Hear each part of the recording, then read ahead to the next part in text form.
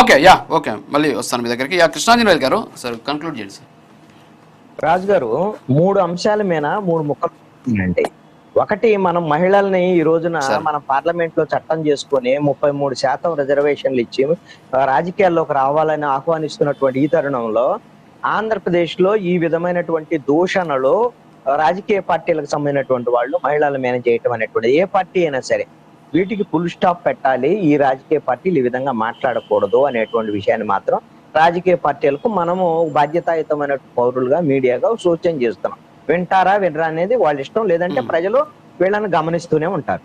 రెండో అంశం ఏంటి అంటే, ఈ రోజున కృష్ణలంకలో ఒక యువకుడు, ఆ యువకుడిని పోలీసు కస్టోడియల్ టార్చర్ చేసి కస్టోడియల్ డెత్ జరిగిన తర్వాత దాన్ని కప్పిపెట్టి నెలల తరబడి అతనికి సంబంధించినటువంటి ఆచూకీ చెప్పకుండా చేయటం అనేటువంటిది చాలా దారుణమైనటువంటి విషయం. ఇది చట్ట వ్యతిరేకమైనటువంటి చర్య. ఈ చర్య విషయంలో ప్రభుత్వము సరైన సమయంలో సరైన రీతిలో స్పందించలేదు. ఈ విషయము ప్రభుత్వానికి చాలా నష్టము. వైఎస్ఆర్ కాంగ్రెస్ పార్టీ అధికారంలో ఉన్నప్పుడు సుబ్రహ్మణ్యం అనేటువంటి డ్రైవర్ ని అనంతబాబు అనేటువంటి MLC, YSR Congress party MLC చంపి డోర్ డెలివరీ చేసినటువంటి అంశం ఏ విధంగా అయితే వైఎస్ఆర్ కాంగ్రెస్ పార్టీకి నష్టం కలిగించిందో, ఖచ్చితంగా కృష్ణలంకలో యువకుడు మృతికి సంబంధించినటువంటి అంశము కూటమి ప్రభుత్వానికి నష్టం కలిగించేటువంటి అంశం. ముఖ్యమంత్రి ఇప్పుడు స్పందించారు, ఏదో సస్పెండ్ చేశారు. ఇవన్నీ కూడా ఆల్రెడీ నష్టం జరిగిపోయింది.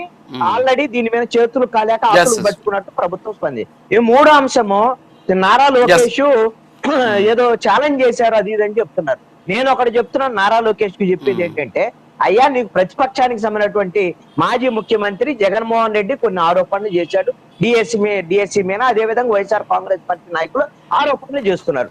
అలాగనే ఒక మంత్రిగా నీ బాధ్యత ఏంటంటే జగన్మోహన్ రెడ్డికి కాదు సమాధానం చెప్పాల్సింది, వైఎస్ఆర్ కాంగ్రెస్ పార్టీకి కాదు, ఆంధ్రప్రదేశ్ ప్రజలకి ఒక విద్యాశాఖ మంత్రిగా ప్రెస్ మీట్ పెట్టి ఏం జరిగింది, అక్రమాలు జరగలేదు అనేటువంటి విషయాన్ని ఒక క్లారిఫికేషన్ ఇవ్వండి.